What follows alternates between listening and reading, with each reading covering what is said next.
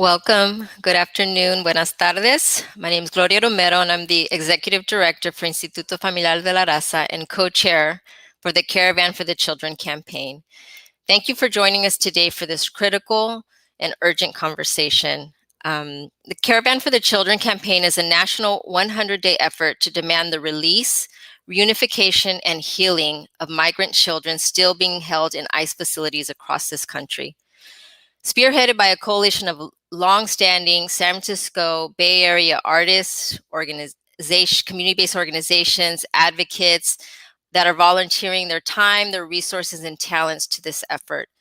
The campaign's anchor organizations include Careza in San Francisco, Chicana Latina Foundation, Galería de la Raza, Instituto Familiar de la Raza, and Latinx Racial Equity Project.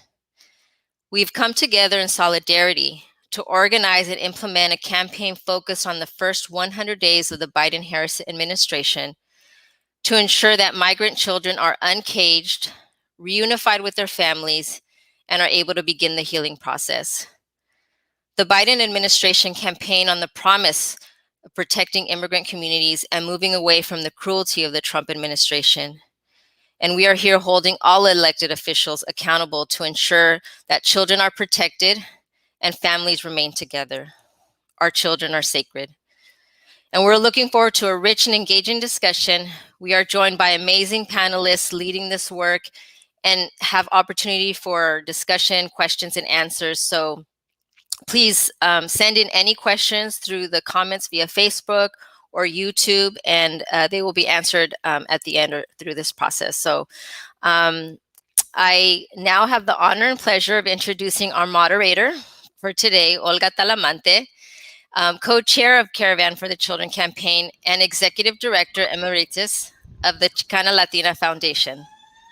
Olga Talamante became the first executive director of the Chicana Latina Foundation in January of 2003, serving in that position until her retirement in March of 2018. Chicana Latina Foundation's mission is the empowerment of Chicanas and Latinas through their personal, educational, and professional advancement.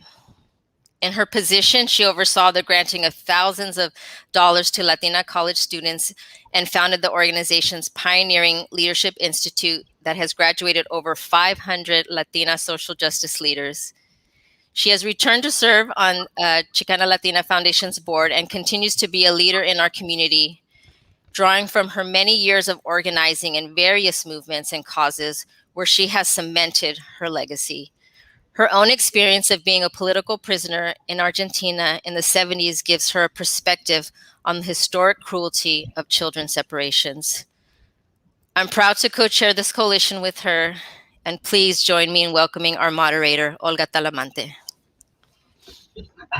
Thank you, Gloria. And likewise, I'm so honored and glad to be the co-chairs for this coalition. Thank you for your leadership in the community and also in this campaign. And so here we are, dear sisters and brothers and families and allies and fellow activists and organizers on this International Women's Day. And this day is a day of remembrance for those whose shoulders we stand on, and also ongoing reckoning as we gather today, thinking about the mothers, the women who do not have their children by their side. And as we honor the Ohlone land that we stand on, we also acknowledge that the separation of children is a long-standing wound in this country that started with separating indigenous children from their families, ongoing with the separation of children during slavery times, and to this day, where we continue to see just the cruelty, the dehumanizing of children in the families that are still separated. And that's why we have this campaign to free, reunify, and heal the children and the families.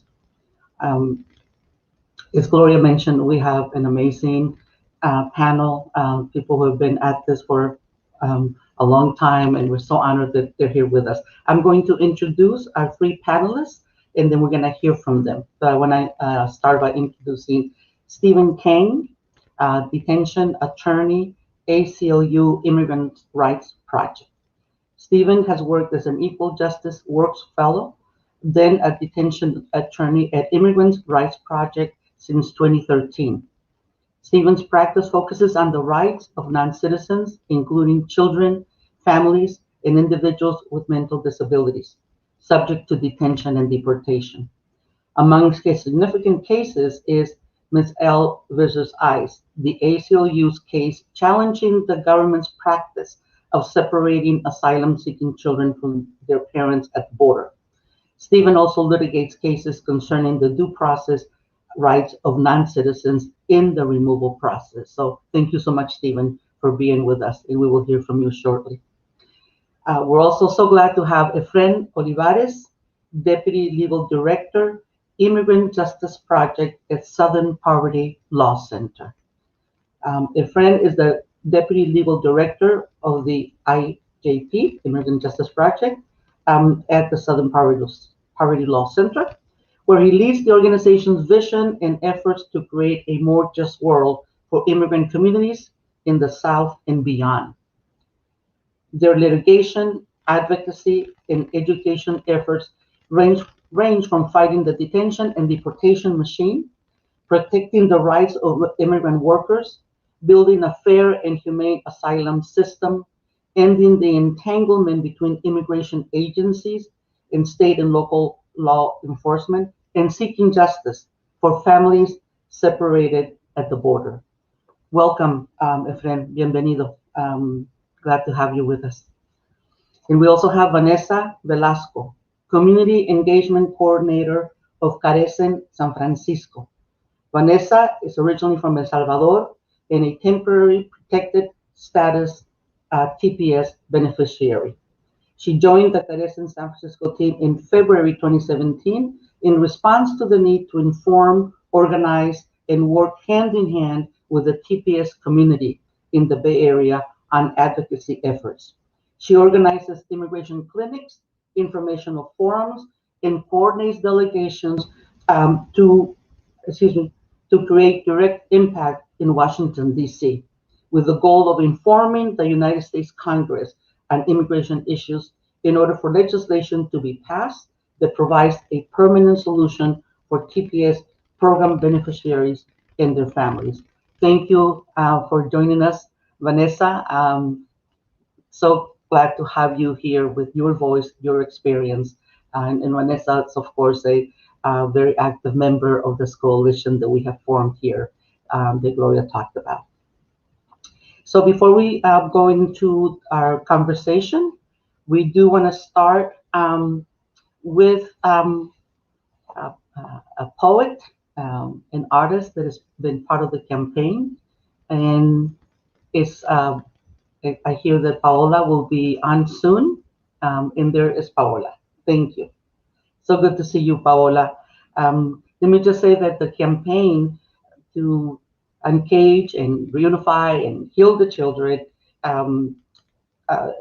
art and culture have been central to this campaign.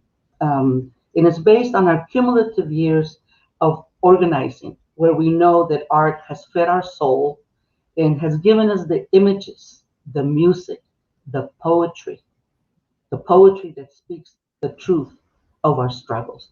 So we're really glad to have Paola. She's an interdisciplinary artist and campaign lead artist. Paola de la Calle is a Colombian American interdisciplinary artist whose work examines home, borders, identity, and nostalgia. Her practice is multidisciplinary that ties together her family's migration, personal memories, as well as historical and political narratives through the use of textiles, printmaking, and collage. In her recent work, she unpacks cultural elasticity by combining digitally printed fabric, hand-sewing techniques, and text to investigate the symbolism with everyday objects. Talk about multidisciplinary. You got it all, girl. You got it going on. And it's so great to have you as the lead artist of the campaign, where art and culture remain at the center of our activism, our organizing. And so glad that you are going to share one of your poems with us. Paola. Thank you. I'm excited to be here.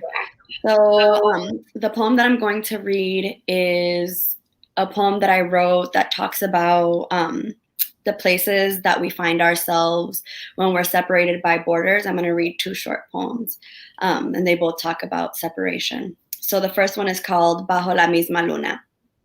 Yo aquí y tú allá, bajo la misma luna, nuestra luna, luna que ilumina la oscuridad, luna que guía, luna que despierta en llantos sin ti. Bajo la misma luna se sienta el pequeño sol. And the next one is called Entre azul y azul, or Between blues. Nos encontramos entre ojos y lágrimas, entre corazón y sangre, entre polos opuestos, entre azul y azul. Thank you. Thank you so much, Paola. Beautiful to have the poetry that speaks about the realities, right, of separation, being under the same moon, but not in the same place, and finding those symbols that do unite us. So the moon is the same everywhere, and so we can look to it. So thank you so much, Paola, and thank you for your ongoing work, with the campaign. So we're going to get started then with our panelists. Really glad to bring back Stephen King from the ACLU. Been so important in all of the struggle and so many other struggles for the civil rights of our communities. So Stephen, we're asking you to address this set of questions, and let me read them all, and then you take it from there. So first, can you give us a general overview of the situation of the children in detention centers at the moment? Why is this situation unique in the history of our immigration system's treatment of children and their families?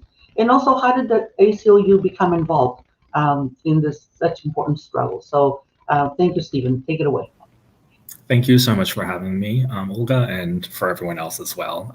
I worked a lot with Efren especially, and so it's nice to speak on a panel with him, and it's nice to meet you as well, Vanessa. So I think it might be a little helpful to start with a slight history overview, because so basically, like, migration to the US began, especially from Central America, began changing a lot in like the early 2000s to mid 2000s, where we began to see a lot more children and families coming to the US, the southern US border, in numbers that were very much larger than before. I think we had gone through periodic times of significant migration of children and families before, but we began to see sort of another wave start in like 2000, 2005. And when I say children and families here, there's sort of 2 separate types of ways in which people were coming. Like, the first set was unaccompanied children, by which I mean children who were actually traveling alone, sometimes with siblings. Like, a lot of siblings often came together with a younger sibling and an older sibling sort of making the journey, and then families, and then these children tended to be a little bit older, though, like high school aged, over 10 years old generally. And that makes sense, because when you think about a child traveling by themselves, like, it's only children who have a certain level of age and maturity and wherewithal that are actually able to accomplish that. And so that's like sort of one major group of folks that were coming.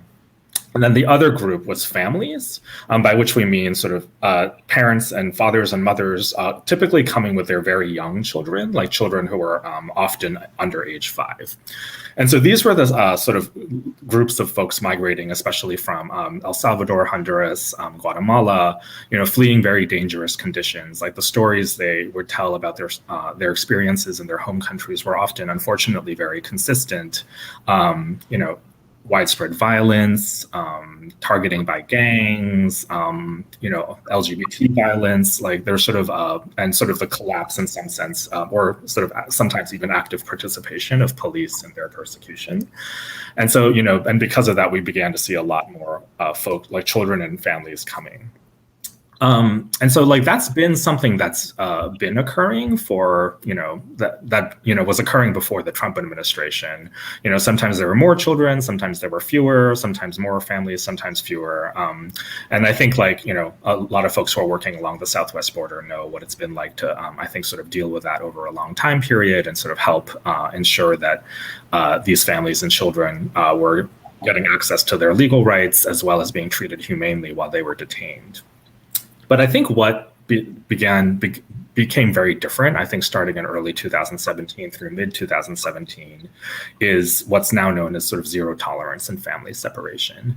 Because, for example, what typically happened to families was that either they were processed together and released from custody to go, to the interior of the United States where they could pursue asylum, or sometimes they were detained at what are called these family detention facilities in Texas and Pennsylvania, where they were housed together, sometimes given an initial screening, and then often released together after passing that screening. But what began happening within the Trump administration in early 2017 and how we began hearing about the family separation practice is that unaccompanied children typically go into their own shelter system. There's this whole sort of nationwide network of shelters that are designed to house unaccompanied children until they can be processed for release to parents or sponsors or other people who can take care of them. And so like the way in ideal circumstances, those shelters should only be housing children for maybe a few weeks at a time until the paperwork can be completed, some basic background checks be done, and then the unaccompanied child can be released to a sponsor or an adult. But what we began hearing about from providers at these unaccompanied children shelters is that instead of the teenagers and high school age kids that we're accustomed to seeing, we're starting to see 3 or 4-year-olds, 5-year-olds, 8-year-olds, infants sometimes. And like they clearly did not come by themselves. Like they clearly came with someone, and sometimes they even say, I came with my parent or my mother or father or whoever. And sometimes they can't tell us even how they got here. They're that young. But like we're starting to see a lot more of these kids appearing in shelters. We don't know where they're coming from. We can't find any information about the parent. Like it very much seems like they came with an adult, but we just can't figure out what's going on. And then we realized after hearing about similar stories from many shelter legal services folks who provided services at these shelters that like there was something going on, basically. There was like something more sinister happening where like it looked like large numbers of young children especially were being separated from their parents at the border.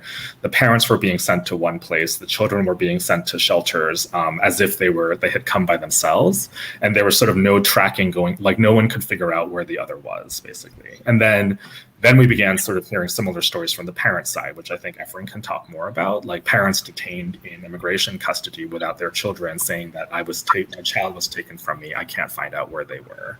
And I think we began hearing a lot of these stories in like the fall to the end of 2017, and obviously it sort of broke into the news in a much bigger way starting in early 2018. And obviously, this was like a very drastic change, I think, from the way prior administrations had dealt with families, because I think there has never been, as far as we know at least, like such a targeted, specific campaign or program to sort of deliberately take children from their parents when they're coming together as a unit, and then send the parent to one place and the child to another. And so, because of that, I think, many advocates, and including us, were concerned about what was going on. And we filed our lawsuit called Mizell versus Immigration Customs Enforcement in February of 2018 on behalf of a woman who was fleeing very dramatic violence from in her home country. She had come with her daughter, who I think was 6 or 7 at the time. And they told this horrendous story about being sent to a hotel in the San Diego area. They were together. They moved the daughter to a separate room. and then accused her of basically trafficking her daughter, like being unable to show that she actually had a parental relationship. And she could actually hear from the other room her daughter being taken away, screaming for her mother. And then she ended up the daughter got sent to an ORR, a shelter for unaccompanied children. The mother got sent to an ICE facility. And the mother was so in despair Ms. L was so in despair about what happened that she actually tried to give up her asylum claim because she thought that was like maybe the only way she could get out of this situation. But what was happening to Ms. L was happening to, now we know, thousands and thousands and thousands of other families. And actually the practice is, the family separation practice, each bit of information we find suggests that it began even earlier than we thought. We thought it started maybe back in 2018, we thought this had started in the fall of 2017. But as we peel back the layers, it became more clear that like this practice may have started like as early as the first half of 2017, like in the earliest days of the Trump administration. And so I guess to round things out, our lawsuit was filed, which managed to attain the reunification of all families who are currently separated. But by the time we got our injunction, a lot of the damage had already been done. Like the families had been sometimes separated for months, sometimes close to a year. And then what often happened that was really awful was that the parent was often deported during that time period. And they were often deported because, like Ms. L, they had sort of fallen into despair. They were told misleadingly that the only way they would get their kid back is to accept deportation. So a lot of these families took deportation thinking that they would get their children back, and then were sent back by themselves without their child. And so I think like what folks have been hearing about on the news to some extent is our efforts to locate a lot of these families who were separated, and in particular the parents, many of whom were deported and were sent back to Central America.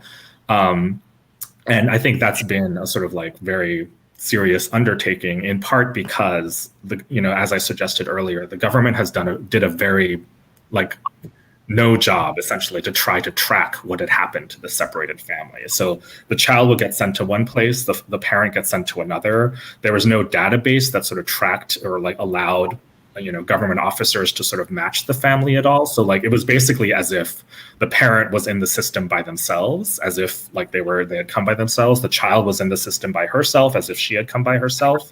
And like there was like no way of like trying to get the family back together, or even have there be any awareness in the government system that the parent or the child had someone else, like a family member who was elsewhere in the immigration system. So what that meant is that tons of parents were just deported straight out with no indication that they were deported without their child. So a lot of our work has been trying to like reconstruct what happened, trying to find the parent, where were they sent, find the child, where were they sent, like, is there some way we can sort of bring them back together? And that work remains ongoing. I think, one good thing that's happened recently is that the Biden administration has made a serious commitment and hopefully put in some serious resources to try to track and reunify these families who are separated. But and I think we are making slow but steady progress toward that end. But there's still a lot of folks that we're still trying to locate and find. And I think the next step after we locate and find a lot of them will hopefully be to help them reunify in the United States and maybe even obtain some kind of legal status or protection for them. And so, so maybe I'll end there. And so, wow. Thank you so much. It's so helpful to hear the history, to understand how these things happened, at least in this current recent time, and to point out what a deliberate and sinister policy this has been. So we will definitely have time for questions for Stephen, and I want to bring on Efren to continue the conversation. And so, Efren, you've been working on these cases of reunification of children with their families. And so I want to ask you, what has been learned from these efforts? And I think I'm following with some of what Stephen is laying out. And there's also the issue of the reopening of previous centers. And this is very current by this administration.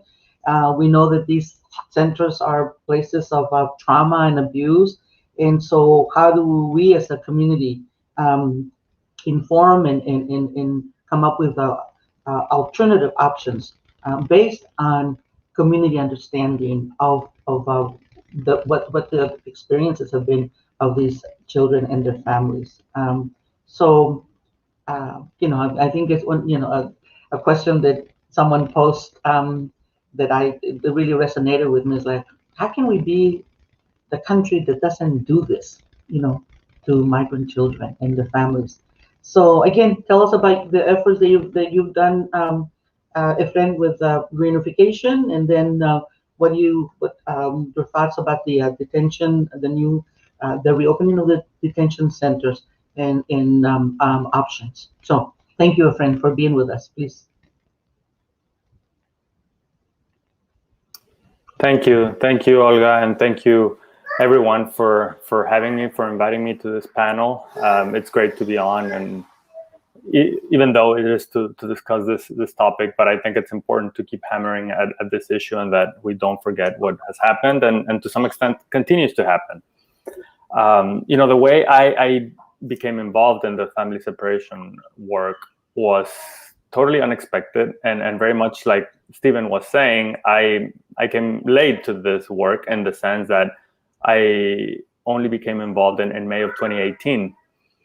One day I got a call from the public defender in McAllen, Texas, where I am based, telling me that her client, so she was representing individuals, adults, who had been charged with the misdemeanor of crossing the border without authorization, crossing the border between ports of entry. And more and more of her clients were telling her that they had been traveling with a son or a daughter, and that they were separated 2 or 3 days before, and they didn't know where their children were. They hadn't seen them since then. They thought they had been taken somewhere else, but they weren't sure. And nobody had answers for them. So when the public defender, asked the prosecutor where the children were, prosecutor didn't have any answers, and they referred them to Border Patrol. When the Border Patrol agents in the courtroom were asked, they said they did not know, because the Office of Refugee Resettlement, the shelters that Stephen was describing, had taken the children as unaccompanied. And long story short, nobody had the answers for these parents. So at the time, I remember thinking, this can't be. It can't be that in 2018 in the United States, children are being taken away, who knows where, who knows for how long, and nobody's telling the parents when they're going to come back, when they're going to see them again. So I asked the public defender if she could write a declaration for us that we could use in some potential legal action. At the time, we didn't know if we would go to federal court or to an international human rights tribunal. But could she write what she was telling me on the phone on a declaration, and then we could use that to explore legal action? And she told me that she could not do that. I'm sorry, I'm getting some feedback. That she could not do that, but we could come to the courtroom and interview the parents ourselves. So we were there the next morning, one paralegal and I was the only attorney in the office at the time. So we came very next morning and started interviewing parents who were separated right before their criminal hearing. And that first day, there were 5 parents who had been separated. 4 from Guatemala, 1 from El Salvador, 3 mothers, 2 fathers. And we started asking what had happened in the brief minutes we had before their hearings. And they were telling us, sure enough, that they had been told that their children were going to be at the Border Patrol station later that afternoon. They had, some of them had been separated and then reunited because the child wouldn't stop crying. They had to be brought back to their parent, but then separated again when the parent was brought to court. The following day, it was 12 parents. And then after that, 10, 15, we had morning shifts and afternoon shifts. And the difference between what Stephen was describing earlier that probably started in early 2017 is that it seemed as if the cases were not that common. They were here and there, and sometimes maybe it was a misunderstanding, there was some confusion, but the problem was bad enough by February that the Ms. L class action was filed by then. By May, but it was in April actually, that the Department of Justice enacted the zero tolerance policy to prosecute criminally everyone who crossed the border illegally. And then by May, this was skyrocketing the number of family separations in McAllen and Laredo and Brownsville, El Paso, all the way to San Diego. And in McAllen alone, in the span of 1 month, we interviewed 382 separated parents in a single courthouse along the border. And there are 18 or 19 courthouses along the border.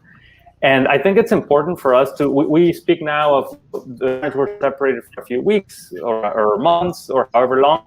But if we can put ourselves back at that point in time in May and early June, we had no idea how long this was going to be going on for. We had no idea how long the families were going to be separated for. The parents had no way of knowing whether or when they might see their children again. And that torture that the parents and the children were enduring is hard to really encompass with words after the fact. We asked early on, how were the government agencies, Border Patrol or ICE or anyone keeping track of the families? Were they keeping some system of, this child was traveling with this parent to then be able to reunite them again? The only thing we were told was that they were taking a picture of the family unit to document that they were traveling together. But think about that for a second. In addition to the cross-racial identification problems that exist, Stephen was talking about pre-verbal children, infants, babies who cannot explain their own name, their parents' name. For them, it's mommy or papi, right? It was a system, it was no system. And it's not only, I don't think it's only incompetence. I think it was a deliberate effort to be reckless and careless about it, to not care if they were reunited ever again. And as much as the focus continues to be in some of the media and reuniting parents who are still separated or finding parents who may have changed their contact info, and that is very important, but I think it's also critical for us not to lose sight of the families who have been reunited, but they have not healed. The damage that they have endured is going to be lifelong, unfortunately, for some of them, parents and children. And it's important not to forget that was done in our name by our government. And it's a debt that I don't know how we as a society will ever repay to thousands of immigrant families. The reopening of some of these facilities that we heard about a couple of weeks ago in Texas, and then a few days later in Homestead in Florida. It's remarkable for me that we are saying that the excuse seems to be that the administration cannot figure out how to process these children, and I am so sorry we have to reopen in order to process a few thousand children. The same week that was the excuse the government was giving for reopening Homestead in Florida, we landed a robot on Mars. It's completely unbelievable that is the excuse that we're hearing from our administration. If these were white children, we wouldn't be having this conversation. Think back to that audio that was leaked in mid-June about the children crying at a processing facility. The children were crying inconsolably, mommy, papi, and crying. I think what was so powerful about that audio, and it was so effective and so definitional in turning public outrage against family separation, is that it was only audio. And all children cry the same. And because it was only audio, you couldn't see the color of their skin.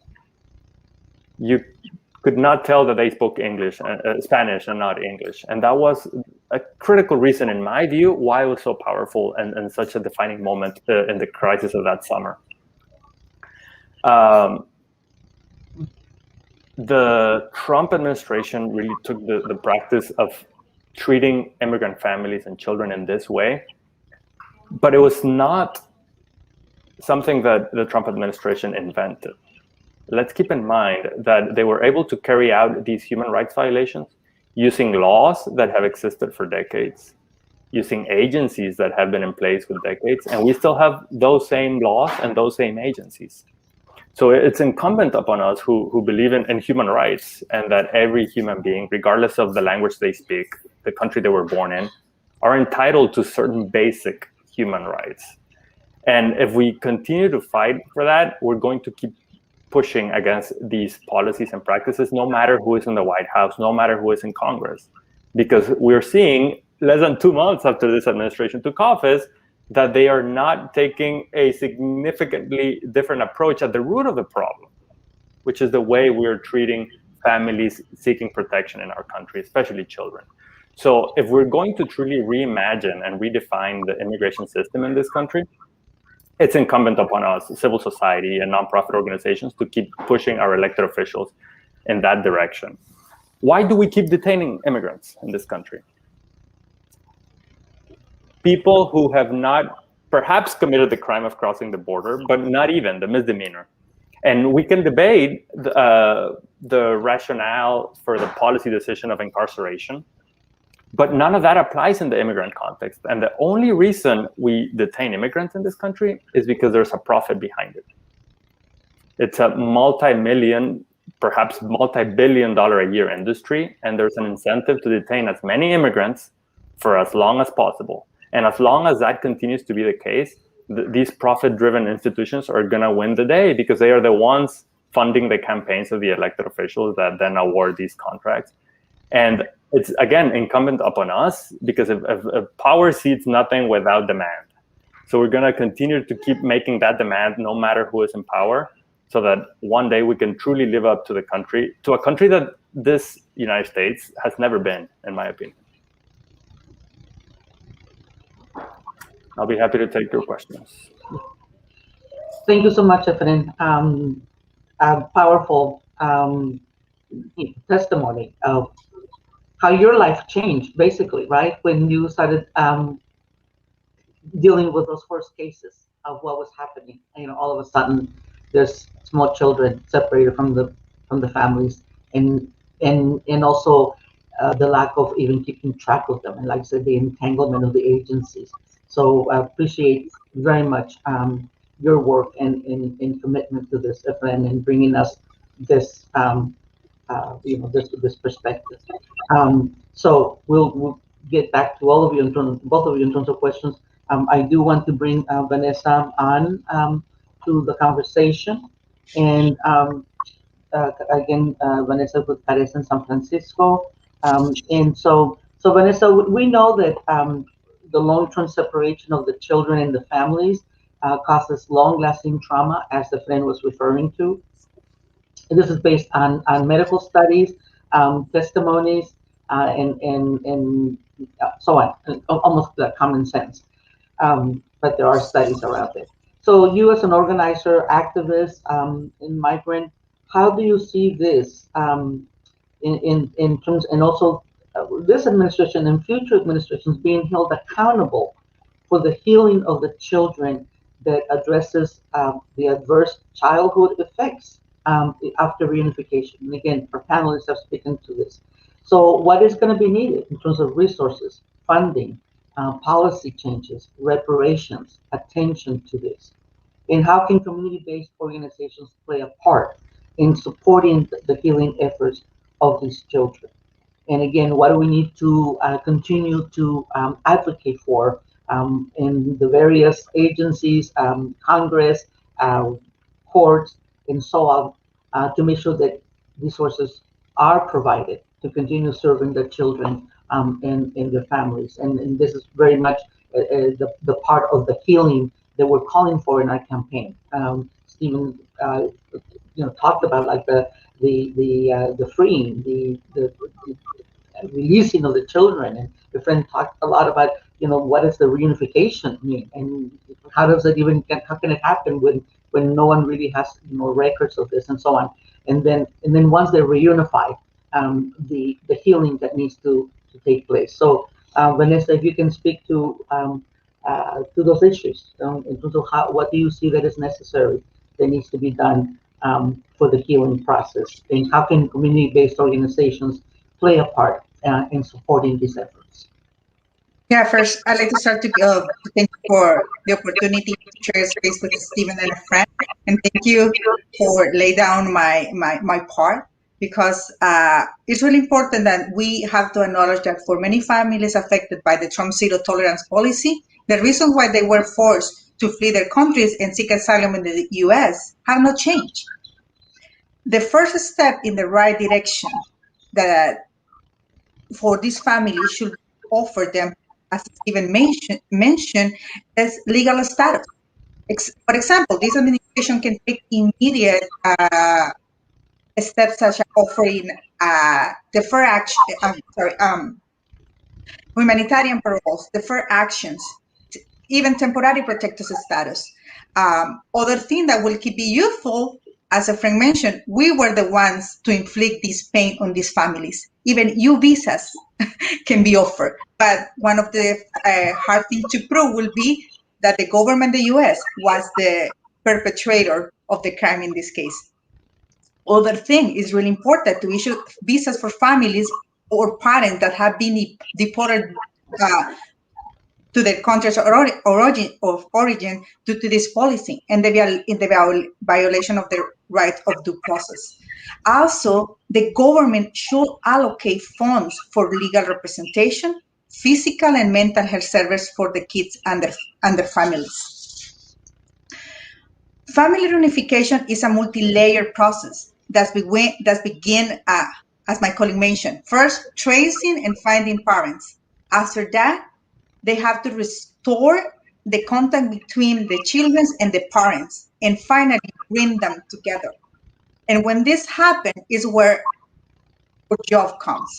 Because the healing process, it's really important to provide them with the tools and resources that the families need after they are reunited so they can start to build their lives. Our communities tend to look for places where they can trust and feel welcome. Community-based organizations play an important role to connect families with resources.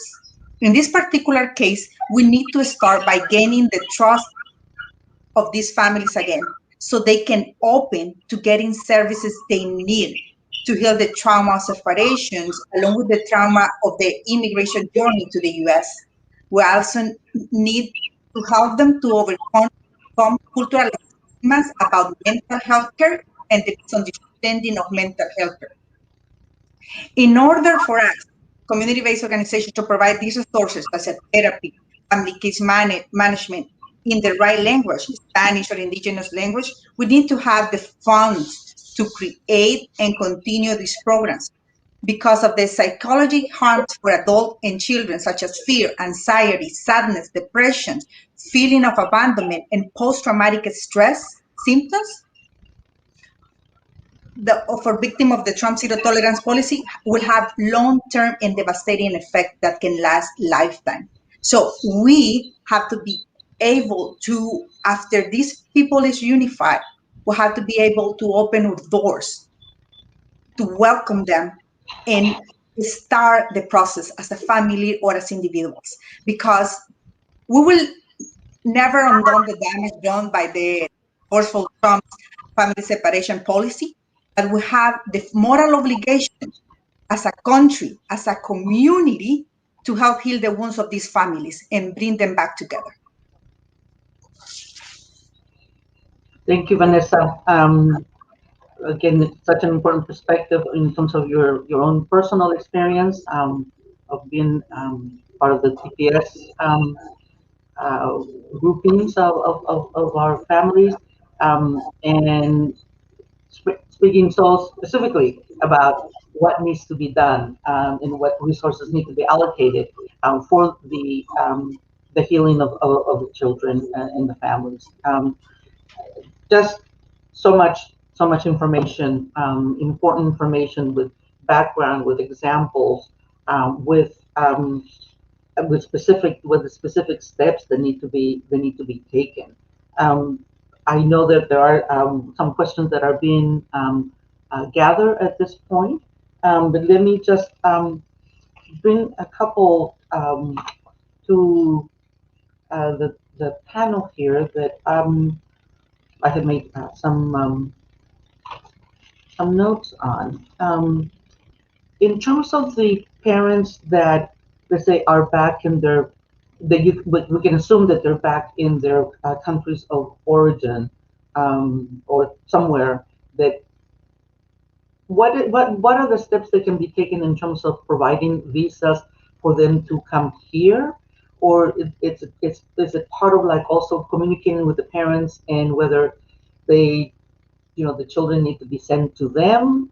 How, if I can, I'll start with Stephen and then go to a friend in terms of what information in terms of the legal routes that you may have on that particular issue? Yeah, I mean, it's pretty complicated, I think, because to some extent, families want different things, we found, because I think before the Biden administration took power, and before, frankly, it was clear that they would win the election, I think, we weren't exactly sure what the options realistically would be.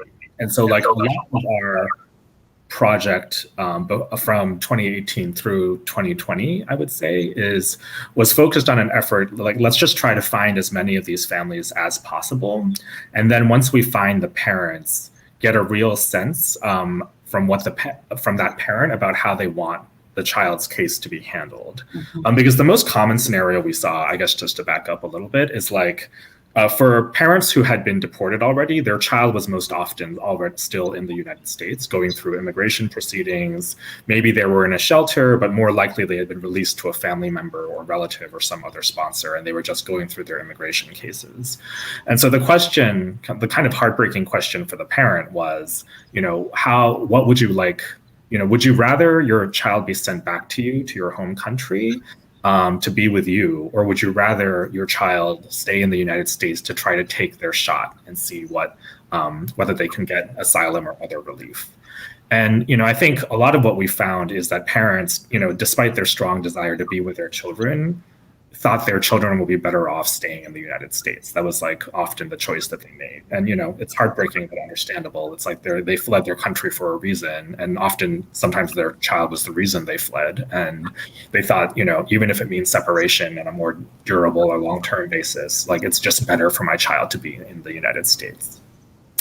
Through our litigation, we were able to get a pretty small set of parents to come back. Like, our judge in our litigation made very clear from the beginning, it's too much for me to order everyone to come back. I just don't think I can do that. But he did sort of set some criteria around families he would be willing to order return to the United States. And so through that process, we've brought back, I think, a few dozen or so parents who were formerly who were separated and deported. And so that's been one good thing. But I think now that the Biden administration is in power, we'd like them to do more. And I think this goes to what Vanessa was talking about in terms of like the steps that this administration could take to open up a pathway for parents who were deported to come back to this country and hopefully be reunified with their children. And I think we can go into more detail about sort of what the legal mechanisms would look like for that. But the basic concept being, like, to the extent that we can identify and find all these parents, it should, as a goal of to compensate them for what they've suffered, this administration should make an effort to bring them back to this country, reunify them with their children, and then, potentially open up a pathway for them to obtain lawful status. And I think, obviously, there's some Congress hopefully will be part of this discussion and conversation as well. And I'm aware that, there's a lot of interest on the part of at least some Congress people to try to pass laws that will enable some of these families to obtain lawful status in the country. But I think the goal being, to the extent it's possible and we've identified these parents, let's try to bring them back here, connect them to services, and then hopefully put them on a path where they can regularize their status. And so, yeah. And that was one question that did come in from one of the audience members. Is it seems like we're getting some ideas of like what this administration needs to do, what is possible. Still looking, continuing to find new and creative ways and imagine new ways of doing this humanely. The one concrete question is. What can we pressure the Biden administration to do in order, how can we pressure them in order for them to do the right thing? And so I want to ask if you want to add to part of what Stephen was talking about, and then I want to ask Vanessa, both of you, to give your, some things you can also repeat, Vanessa, because you were beginning to lay this out. But I do want to ask that question because there are a lot of folks in the audience. I know as I tell people about the work that I'm doing, I get asked like, well, what can we do? This is part of what we're doing is informing people. And we're also making sure that this issue does not go to the back burner. And among all the other very important things, and very crucial things that we need to do and that this administration has to take up because of the horror show that we had for 4 years. But if we are not able to reunify these children and to take care of them, what are we going to say that we're going to be able to do? This is the humanity. This is at the core of who we are, and these children represent that. They represent that, and so that's why our campaign exists. We're saying we have to do whatever we can, and again, informing, educating folks, and giving people ways that they can participate. And I know we are going to have a presentation from one of our coalition members in terms of like some calls to action and so on. But as we have the benefit of the three of you experts that have been at this directly on this issue, again, what else can you add about what can people do? And we do have some petitions and some other things that people, can be part of. But yeah, let me just go down to you, Efren, in terms of what you would like to add to what Stephen was saying about the reunification pieces. And then I want to ask also Vanessa. Thank you, Olga. I think it's a challenging thing, but we need to keep reminding ourselves that our fight of the last 4 years, at least, was not really about Trump or the Trump administration. It was about immigrant families, asylum-seeking families, and about immigrant communities. And if we have that clarity in our advocacy and in our efforts, I think we'll be clear that no matter who is in the administration, the issue continues to be this pressing. For example, the Trump administration enacted a provision about a year ago, coming now this month, I think it's going to be a year, using the pandemic as an excuse to expel by now tens of thousands of adults and children from the US who were already in the US, using the COVID-19 pandemic as an excuse under a provision of the law called Title 42. And the Biden administration has kept it in place. Every day that they choose not to repeal that policy, they're choosing to enact it. And it does not matter to the family trying to apply for asylum who is in the White House if they're being expelled without any chance to present their asylum claim. And thankfully, Stephen and his colleagues at the ACLU have a lawsuit challenging this provision, and the advocacy effort continues. But I think if we have that clarity, we continue doing the things we already know how to do when it comes to demanding from your elected officials, calling your congressmen and congresswomen, calling your senators, and depending on where you are in the country, it may be more effective to call your local elected representatives than your federal elected representatives. No matter where they are in government, there are things they can do to support immigrant communities at different levels, of course. But I'm in Texas, so it's going to do me no good to call my Texas senators. So I call the mayor and the city commissioners to make sure that the city has infrastructure to support immigrant families coming in through the city. So I think those things continue and continue to be the same as they were. And when it comes to the lawyers and the legal fight, perhaps now with a different Department of Justice, things might look a little differently when it comes to litigation.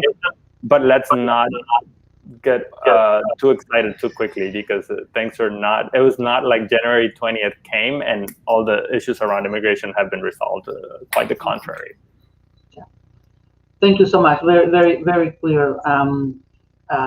Perspectives and insights, Efren, in terms of keeping our focus on protecting and defending and elevating the rights of immigrant families. And I think by our campaign, we're actually kind of like also staying focused on the children and the reunification with their families, which obviously goes into the other parts that all you were talking about. So thank you, Vanessa. ¿Qué puedes agregar? What would you like to add? And like I say, you were already pointing to specific things that need to be done by this administration, but if you just, I know you have a lot of experience, so if you can comment on this. No, as a friend said, this is where community advocacy and community organizing come in place, because this is that we need to do. We need to keep focused on finding the children, get them the resources that they and their families need, and keep pushing until we have them all together, and we were able to start to providing those services, because now there are around 500 children that need to be reunited, but we know that around 5,500 children were separated during this zero tolerance policy. So there is a lot of work to do. A lot of families that need to still be able to ask for help. And it's like everyone can join. Right now we're part of this Uncage, Reunify and Heal campaign. And there, at the end, I know that there's gonna be some thing that you can do to join. And we're planning to keep going. We're having some events planning. So if you are gonna be there, please join us. And all that is like, all you represent, tell them that you still are hearing those cries. Because as a mother, that was a thing that I still have some nightmares, because I have a young child that I cannot even imagine to have them separated from me. And the pain that these women and these fathers were put on is incredible. And the children, as I mentioned, we have infant 2 years old that they need the nurture of their parents and the basic care to feed them or changing a diaper, and we deny that. And yeah, it's a lot of healing and a lot of things that we have to be done, but we can do it. We can come together as a community, as a country, and definitely demand action and immediate action. Mhm. Thank you so much, Vanessa. Thank you, all three of you, for addressing that that question of what more needs to be done. It seems like our task is to not lose focus in terms of this these campaigns to reunify and heal, and at the same time understand the systems that we're in front of, as you were saying, but then this did not change overnight, and there's still the courts and the policies and so on. So I think we have a lot to do to make these demands clear, and that's part of what the campaign has worked on. So I'm going to ask one of our coalition members, who's a part of the policy committee of our campaign, and that is Claudia Leon, who's the program manager at the Latinx Racial Equity Project, one of the 5 core organizations that are part of this coalition, to explain what our call to action is, and provide links and talk about the additional upcoming events. And appreciate you so much, Claudia, because you have been an organizer, activist, and leader in the community on various projects. And one of them is into having the racial lens to understand what goes on in our communities and our organizations. And definitely appreciate you being part of the policy group that is defining a lot of these actions. So welcome, Claudia Leon, and good to have you with us, hermana. And please share some of these actions that I know that people are eager to hear, and people are part of this conversation and part of this virtual event, precisely to learn more about what people can do, how can they participate. So thank you, Claudia. Muchísimas gracias, Olga. It's always thankful for this group of people who come together. And as Vanessa so clearly expressed, the heartbreak of seeing that this is happening in our community. So in that, and with all that was expressed by all the other panelists, we know that it's important to come together and create movement and awareness, and use our privilege and our voice to create that movement and awareness as a collective, and call on our community to do the same. So our calls to action that we're asking people to participate and join, if you're moved to do the same thing and to join this campaign, you can join it by different means, but for sure you can get most of the information on one of the websites of the participating organizations, which is the Latinx Racial Equity Project, Instituto Familiar de la Raza, Galería de la Raza, Chicana Latina Foundation, and Carecen SF. I'm sure you'll get the links to all of that in some of the materials that were shared with you. And within that, there's the calls to action. Some have been to get in touch with specific people in the task force, to Congress members, to tweet them, to Facebook them, to send them messages, and make sure that they're aware that people are putting attention and demanding that new detention centers first not be open, and that our children are uncaged, reunified, and healed. So that is primary. That's one way to get involved. Another is to have your organization endorse this campaign. If you are someone that's interested in having your organization endorsed, you can contact us directly and we can connect you to that letter as well. And also as a community member, as an individual, showing that you think that this is as huge of a human rights crisis, that children are still caged, that are not being reunited with their families, are still being traumatized, to sign your name to a petition. There's a link for that as well. And it's pretty easy. You just go in there, it's set up, and you sign. The more we could show people in numbers of people that are not in agreement with this, that are demanding that this change within the first 100 days, the better it is and the stronger that this piece of all the other immigration issues that are happening doesn't get lost.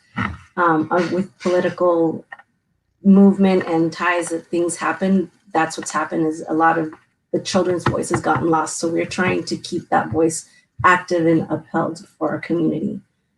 There's also going to be different ways to connect during social media. Every week we have campaigns to action in different ways. So you can stay connected by making sure you're on our Facebook, the tweet, Twitter, and also Instagram for the different organizations.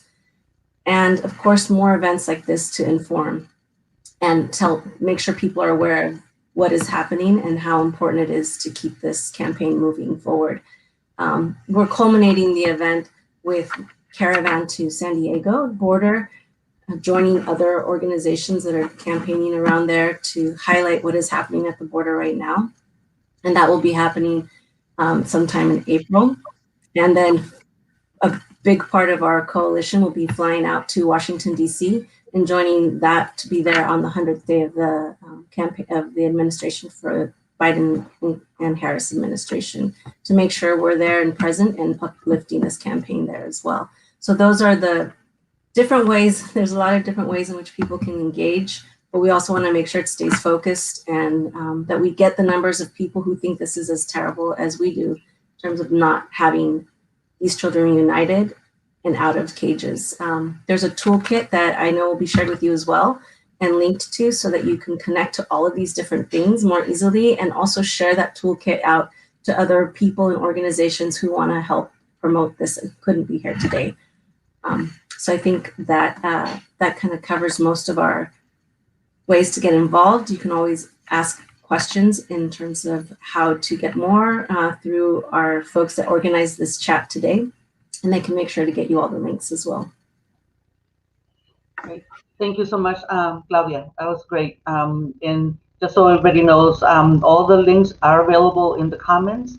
And you can also connect with any of the organizations that are part of the coalition, Galería de la Raza, Instituto Familiar de la Raza, Chicana Latina Foundation, the Latinx Racial Equity Project, and of course, Carecen San Francisco. And so glad to see that one of my oldest friends and really good friend from Oaxaca, he just signed the petition, and so that is great. This is exactly what we need, and we're having community members really praising all of you for the excellent panelists in the presentations. This is what our community needs. Those of you directly in at the border areas, in the detention centers with the cases, we want you to know that those of us who are not there directly are there with you. This is exactly what we wanted to do, to bring people there saying we're just as frustrated, just as hurt, just as worried as you are, Vanessa, Stephen, and Efren, because you're in the front lines of this fight, and we're right here with you, and we're gonna take all the actions that we can to bring justice to our families. I'm reminded during this whole time about fighting for the children and their families at the border. I'm reminded by a very wise sister that we have here from the Ohlone community, our sister Corina Gold, and we were at the detention center in Richmond, here in California, here in Northern California, to try to close it down and to provide a different type of detention situation for the people there. And so we were there in community and ceremony, and Corina said, our hearts are broken. Our hearts are broken by seeing what is happening to the children. And then she also then reminded us, a broken heart is an open heart, and an open heart can be healed. The same way that really the children and the families foremost, but also our communities and really our country need to be healed from this. How can we be doing this? And so we invite everybody to join us, to definitely stay in contact with the organizations that we have listed. We're a core of community-based organizations from the Northern California area. That there are many organizations that are joining us as sponsors, as co-hosts of these actions. And first and foremost, I want to thank Stephen, Vanessa, Efren, for sharing, your wisdom, your experience, and your heart with us, so that we can all heal all of our hearts and continue to work together and continue to strengthen ourselves. And thank you, Gloria, co-chair of the coalition, and Claudia also for joining us, and also the tech team that we always have now with these virtual gatherings, which it's good. It's good that we're doing. This is what we need to do. So I want to thank Yvette and Juan and Henry for setting us up, for doing all the work behind the scenes, and just to tell you, our hearts are together in this. We are fully committed to continuing on this campaign. We want to invite everyone to join us, and together we will bring this kind of healing and justice to our families. So with that, again, thank you, everyone. Thank you all those that joined us, and thank you, panelists, and thank you, members of the coalition.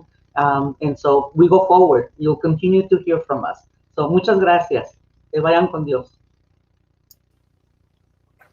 Thank you. Thanks so much. Great to have you all.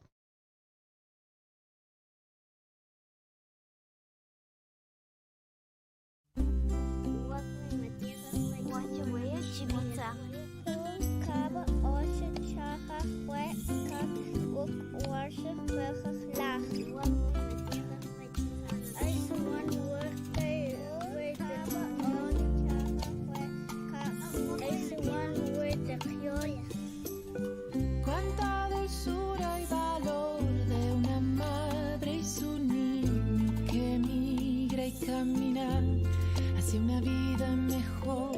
If this is really the home of the brave, may our gates now be open for you. Have the courage to walk through a perilous fight with a child in your arms. Children are sacred. Nuestros niños son sagrados. Our children are beautiful. Bellos son.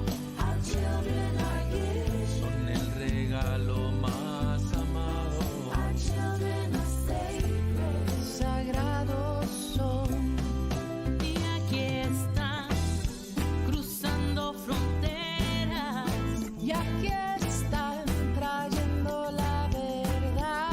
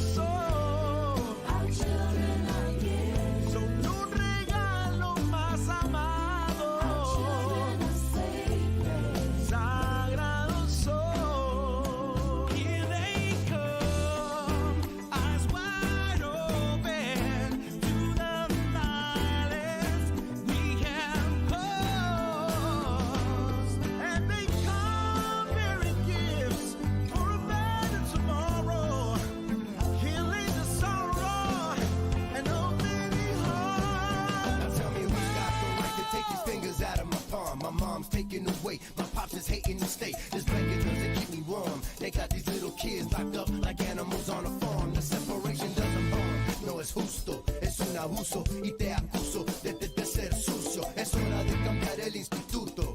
Luchamos y aguantamos, nunca hemos sido brutos. El sistema está quebrado, hemos sido abandonados. Me siento bravo, nos tratan como esclavos y no estamos unidos en los estados. Los corazones de mi gente están maltratados. Llenos de esperanza, una vida con ganas de amar. Son las maestras, doctores, artistas, madres, ingenieras de un mundo de paz. Nuestros niños son sagrados, bellos son, regalo más amado. sagrados son.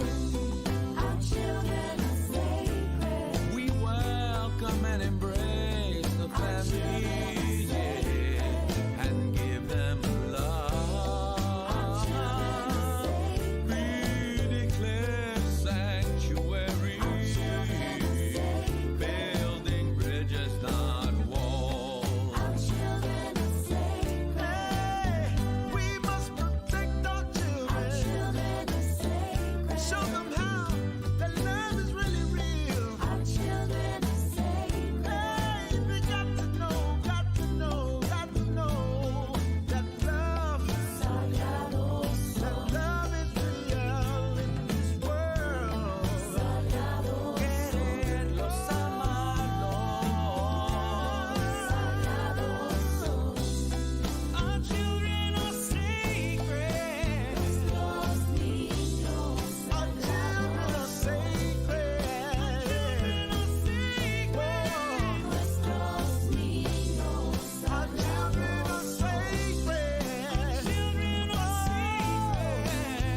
los niños Our children are sagrados.